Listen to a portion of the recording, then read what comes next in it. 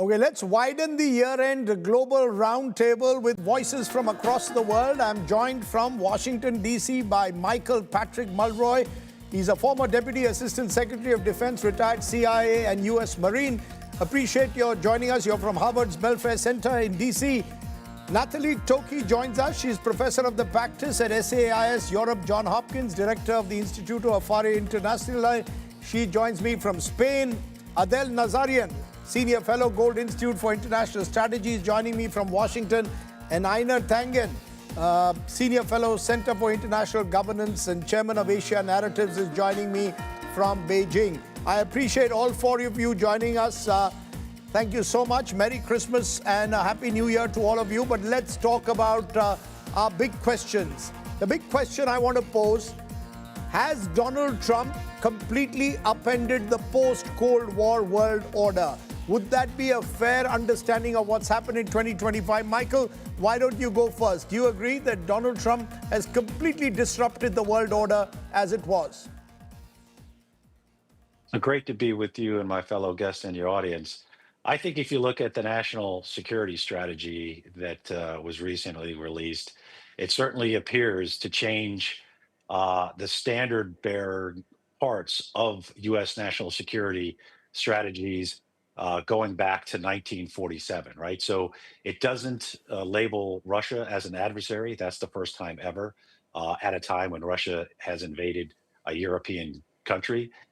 It diminishes the role that Europe has played in U.S. security since the end of World War II. And then, of course, it prioritizes the Western Hemisphere, going back to a time similar to, say, the Monroe Doctrine of the early 1800s. So this is a sea change if it's instituted. A strategy is only as good as it is being implemented. So we'll have to see what comes from this, but we're already seeing discussions on collapsing combatant commands, around the world to really focus on the Western Hemisphere. So if that is in fact where we're headed, then this is a sea change from where the United States has been since the end of World War II. I think the important point is whether this will actually translate from an overarching strategy into action, because there's a word which the Financial Times of London uses, which is TACO. Trump always chickens out. Nathalie Tocci, there in Spain, from a European perspective, do you believe Donald Trump is completely upending the world order, diminishing power to NATO, almost allowing Russia, acquiescing, some believe, in Russia's invasion of Ukraine? He claimed he would end all wars. That hasn't happened either. Well, in fact, I would say that prior to Donald Trump's return to office, we already knew that the world was becoming more multipolar. We already knew that multilateralism and traditional organizations were, in a sense, not necessarily on the decline, but certainly struggling. Where I think Trump has really made a difference, at least in terms of worldview, and as you rightly say, the question is whether then this is going to be implemented, is that he puts forward what I would define as a vision of imperial collusion. And what I mean by this is that he understands the United States in many respects as being an imperial nation, with ambitions that range from Greenland to Mexico to Canada to the Western Hemisphere more broadly. But he also understands that perhaps other powers may also have their imperial ambitions, whether this is Putin's Russia or whether this is Xi's China. So where I think the real difference, probably compared to the past, is that whereas we already knew that there was a more distributed asset of power, basically where the difference really lies is, as I said, in this vision of imperial collusion, which basically sees not just Europe, but other world regions on the colonial menu. That's an interesting word that you've used. You believe that there is some kind of a global imperial collusion is what you're calling. Do you agree with that, Adelle Nazarian, that Donald Trump's vision is virtually creating a world divided almost among strongmen? Putin given his space in Europe in a way, Netanyahu in the Middle East, Xi gets his space in Asia, and therefore carving out the world into these little empires run by strongmen. Is that a sign of the times? So I happen to think that President Donald Trump, which was clearly laid out in his first term, is continuing his strategy of actually unpending the way things were business as usual. And I think that he's laid it out very clearly. Believe it or not, I don't think he's necessarily carving out parts of the world, but I think there is going to be a reset in the sense that everyone has been misreading and miscalculating Russia in the Western media. And you just have to look at the numbers. We're not operating in a Cold War State Department era any longer. And there's a lot of reasons for that. This isn't rewarding aggression, but what it's doing is it's actually seeing Russia at face value. Regarding the plan in the Middle East, first of all, just backtrack. I do think that actually Russia has already strategically won this war. It's not over yet, by far not over, unfortunately. I hope it ends soon. But regarding the Middle East situation, the whole situation with Gaza, I never in a million years thought that we'd arrive at this, but apparently there are talks of rebuilding Gaza into a less luxurious, economically viable area. And I think this is a brilliant strategy. Why not do that and provide the Palestinian people and the residents of Gaza with a better life and better opportunities? Then perhaps there'll be far less terrorism happening across the borders. The whole reason the Palestinians want to flee is because they want to get... But that, you actually believe that when Donald Trump says he's going to convert Gaza into some kind of a Riviera? I mean, it's been over the dead bodies of thousands of children, women, and the animosities run deep. Are you saying overnight Donald Trump just says, I'm going to change? I mean, is this all Donald Trump posing for the cameras and making these statements, or is there more to it than that? So you cannot deny the devastating repercussions of war. It is horrifying, it is heart-wrenching, and my heart goes out to every single victim, Palestinian, Israeli, and other international people who are affected. But when you look at it from a strategic perspective and from a geopolitical point of view, right, if there is a true intention to modernize, to upgrade, to update, and to actually build a sound infrastructure in Gaza where people can actually thrive instead of being tormented under the rule of Hamas, then I think that it is a true opportunity that we should look at seriously and consider supporting so that people can have an opportunity like never before in an unprecedented way. Let me bring in Einar Tangen. Einar Tangen, do you believe that Donald Trump has completely upended the post-Cold War world order? Was it already upended?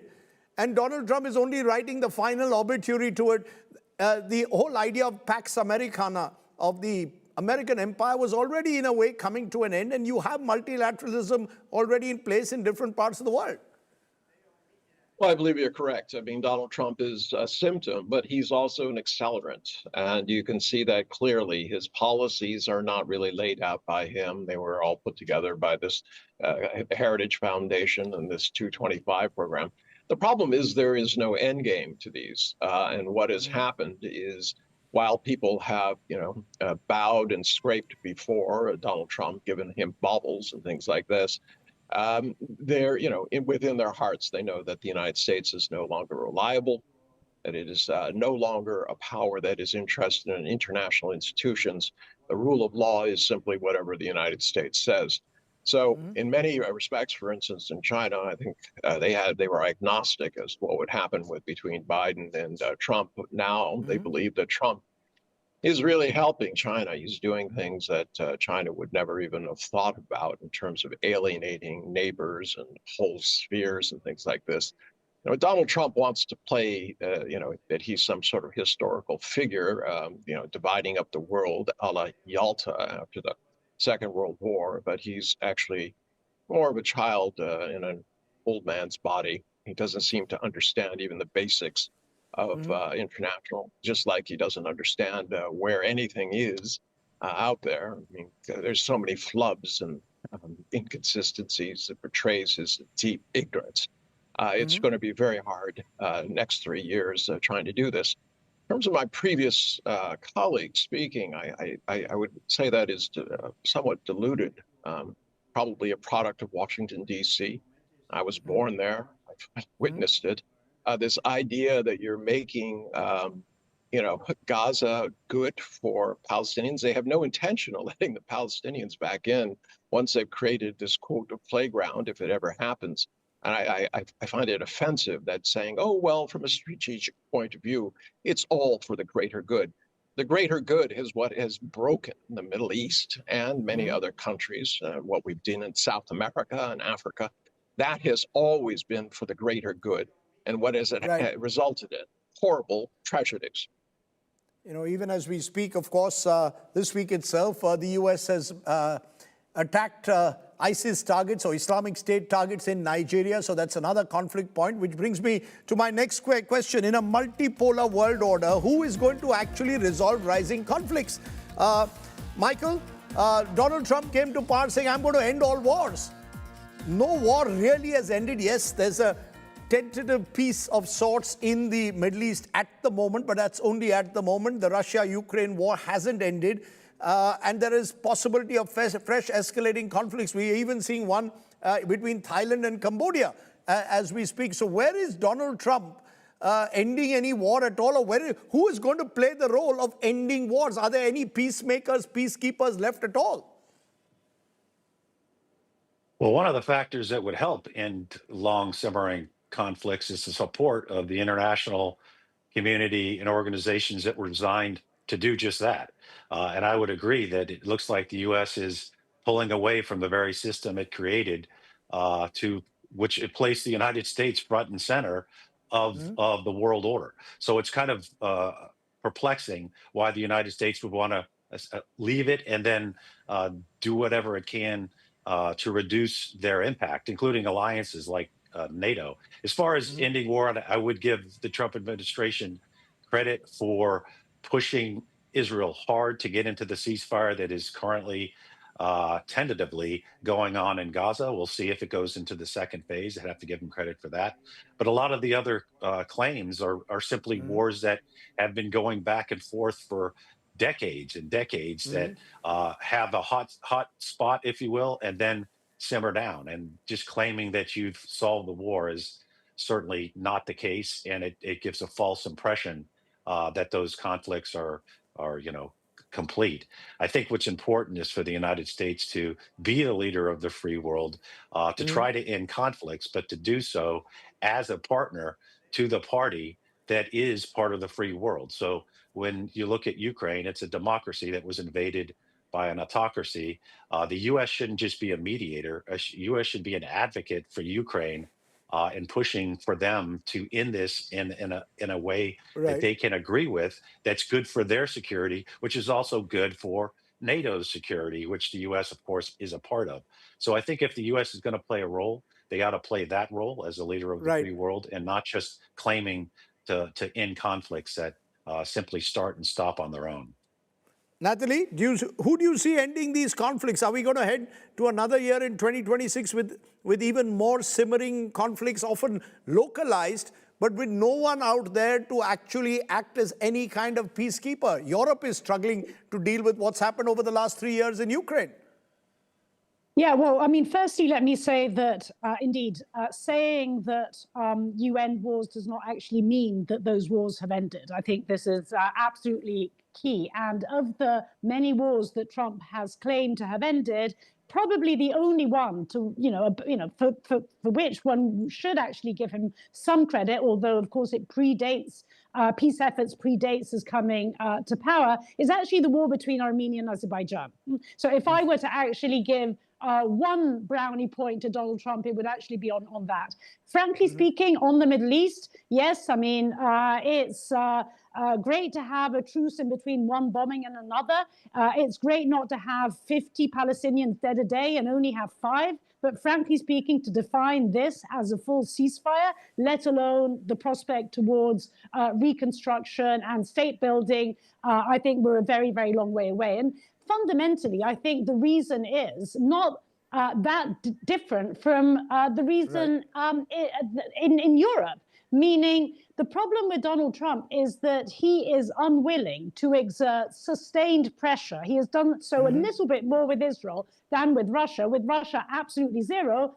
unwillingness to sustain pressure on the party that actually does not want to end the war. So in the case, for example, of Europe, there is absolutely no prospect for the war to end sustainably over the course of 2026, unless we will see a radical shift in the Trump administration's approach towards this war, actually being willing to exert pressure on Russia. If this doesn't happen, and I frankly speaking don't expect it to happen, I think that what we will end up seeing is the continuation of this war, probably for another year. I personally believe that this war will continue so long as Vladimir Putin remains in power. But, and let me say this one last thing, what I think people also underestimate is that by withholding support for Ukraine, Trump has actually diminished the US's own influence on this war, right? Basically, Europeans, for all their weakness, which is often talked about, are the ones that actually have the most powerful sanctions in place, the ones that now support essentially all economic and military assistance to Ukraine. They're the ones that can move forward on Ukraine's EU accession path. So actually, in many respects, Europeans under Donald Trump have many more cards than they did on the Ukraine war compared to what they did when Joe Biden was in power. Interesting. Adelle, you follow the Middle East particularly closely. Do you see the wars in the area diminishing or intensifying? We've had a year when Israel bombed Iran. We thought that would spiral out of control. We've had, as I said, thousands of Palestinians who've been killed post the October 7th happenings of Hamas. Do you see any kind of reconciliation at all? And who's going to do the reconciliation? So thank you for that. I have to say, I just want to say you can deny that wars didn't proliferate under Trump's watch, but they actually didn't. And I just have to address something else before I get to this. I disagree with the premise completely that Trump's trying to divide the world up. He actually has already acknowledged the world has been divided for so long, even long before he came into office. And pretending otherwise hasn't produced peace, it hasn't produced stability, and it hasn't produced prosperity. And strategy really begins with reality, not illusion. Regarding the Middle East, I have to address my esteemed colleagues' comments earlier. Delusion is not the word. Gaza, saying it can't be rebuilt, is not delusional. In fact, it's delusional thinking that it can't be. Far worse devastation has occurred from Europe after World War II to Asia, to the Middle East, and it's been rebuilt bigger and better. And the real question isn't whether Gaza can be rebuilt, it's whether actually under which circumstances it can be rebuilt. And I think the conditions set forth in the 21-point plan that President Trump and the administration put forward is not unreasonable. It can only honestly be rebuilt when Hamas is no longer part of the equation. And I think everyone needs to really come to terms with this and have a Hail Mary, so to speak, whatever you want to call it, because I've been hearing even a lot of people in the US who are actually supporting Hamas. And I think that that's a global travesty. As to whether or not that this war can end, whether it'll be peace, I don't think there will ever be peace in the Middle East until certain things are set into motion, set into place. I think rebuilding Gaza will be the first thing. As to the humanitarian suffering and loss that has occurred on the Gaza side and on the Israel side, I am not a fan of war, but I understand. I'm a logical person, a realistic person. I understand that if you're going to get attacked, unfortunately, any sovereign nation that has the grit and is going to be responsible for upholding democratic values in the Middle East or wherever region they're located in the West is going to strike back with equal and opposite force. And when that's it was, there'll be questions whether it was equal and opposite or whether it was disproportionate force being used and whether there was enough check on what Israel did in Gaza at the end of the day. But I want to turn to the next question. And Einar, I want you to take this question because many believe that China is the X factor in global equation, the elephant in the room. You know that country well. Do you believe, how is China looking at this upended world order? Well, I mean, from the Chinese perspective, they see it different. I mean, for the last 600 years, you've had dominant countries from, colonialism, basically raping, robbing, and pillaging throughout the world, and justifying it based on religion or because they're superior or ethnic issues, whatever. China believes that that is a dead end and that we're coming to the end of that era. They think that the future is something where you have a lot of nations who have to work together. That instead of trying to put ideology at the center of the world, what you should have is values. They think that every country should be secure, and their security should not depend on the insecurity of another nation. Now, what are these shared applying values? that. What are the values that China, for example, shares with the United States, apart from wanting power? It's all about power. Is it about any values out there when you talk about G2? No, I don't, and I reject. I think most people in China reject this as just a way of trying to slight Russia and other countries. China is not interested in G2. They originally were. They said, well, we should sit down and try to work things out. But they realize now that it's a multipolar world. If you look at in terms of values, what they're talking about is security, development, respect for sovereignty, and having a global order which does not involve using tanks and instead trying to have talks. So it's a clash of different ideas. The U.S. believes that everything should be ideological based on what American exceptionalism. And China believes this geoeconomics. Am I right? China believes that economic power must translate into commensurate political power. No, I don't agree with that. It's what they see is that for China especially, what they want to do is be able to import resources and add value and export them in order to have a virtuous cycle. What they would like is to have other countries to start growing, because if they can grow, they can buy more goods. So they see something as a positive upswing, whereas Donald Trump sees the world as a zero-sum game in which the U.S. is going to take everything it can.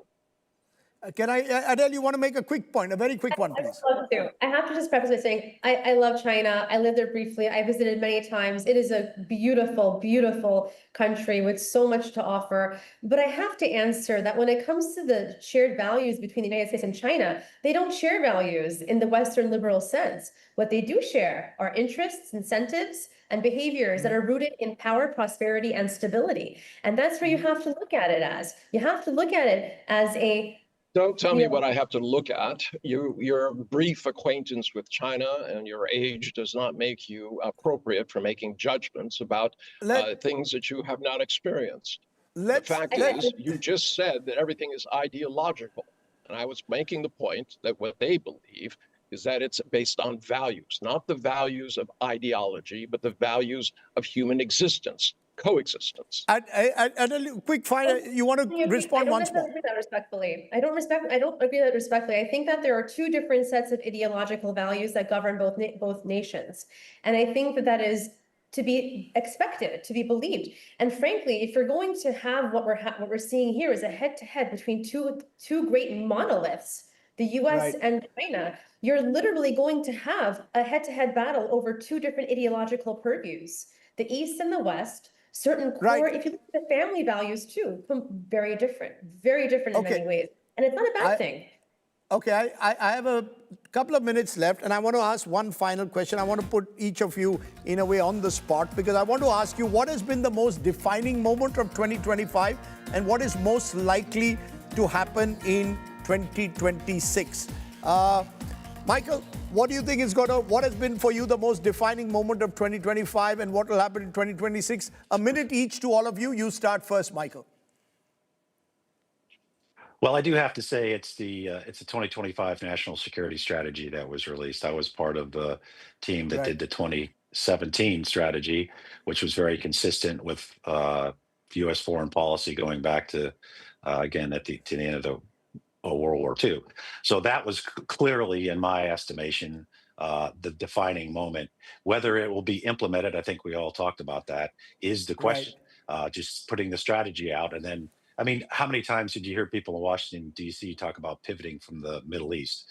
and then never pivots from the Middle East. So we'll have to see if this strategy is actually implemented. If it is, this will be Right. an extraordinarily challenging year, in my estimation, on how the U.S. is going to do that, what it's going to mean for our partners and alliances around the world, and quite frankly, the status of the United States to many of our allies and partners. If we start withdrawing forces, I'm sorry, I think I'm over my minute. Okay, I'm just going to get you, Nathalie, your view. What's the most defining moment of 2025? I think the most defining moment, which unfortunately is not just a moment, has been probably what in future the International Court of Justice will define as a genocide happening under the eyes of the world and no action being taken. In terms of the most defining moment of 2026, if there is going to be one, and perhaps let me put a little bit of hope in this, is actually a Europe which overcomes its delusion of simply wanting to wait it out and somehow hope to rein back Trump and keep Trump on Europe's side. It will be a Europe that actually has the guts to stand up and to defend its values and interests in Ukraine. Adele, defining moment. This is not about President Trump. President Trump is a speck in the collective system, and he is having his moment now, and he's here for a reason. But this is bigger than him, and I've disagreed with him also on several occasions. But the most defining moment of 2025, I feel, was not a war, it was not an election. In fact, it was a collective awakening of consequence. We've seen a collective awakening of consequence away from hypocrisy. Humanity realized that intention without discipline and morality without structure produces chaos rather than purpose. And I think that's what we really need. I think 2026 is going to be a reckoning. I think there's going to be a reset, and there's going to be even more awakening spiritually as well. And I think that's what the world needs. They need to realize that there are consequences for your actions and that truth cannot be deferred indefinitely without a cost. And I hope my final word to Einar. Einar, 40 seconds. What's your defining moment? What's most likely to happen in 2026? I will actually say COP30, because the 85% of the world that is not, previous colonial powers realize that there is no help coming, that if they want a better world, they're going to have to create it themselves. So coming on, it's not just an eventful year. We're going to have midterms. It's going to be eventful 3 years. We don't know what Donald Trump is going to do, but we can anticipate it'll be more of the same. Okay, as I said, we've titled this in a way, the year that the world was trumped, because literally Donald Trump has been all over the place, and events across the world in a way have been shaped by this unpredictable leader in the White House. But we look forward to 2026. I don't think we've ever seen as many as global headlines being made, often at midnight, as we have in 2025. Let's hope, though, for a more peaceful and harmonious world. To all my panelists for joining me on this global roundtable, and to you, the viewers, thanks very much for joining us. We'll, of course, carry forward our year-end specials into 2026. Thanks for watching. Stay well, stay safe. Jai Hind. Namaskar.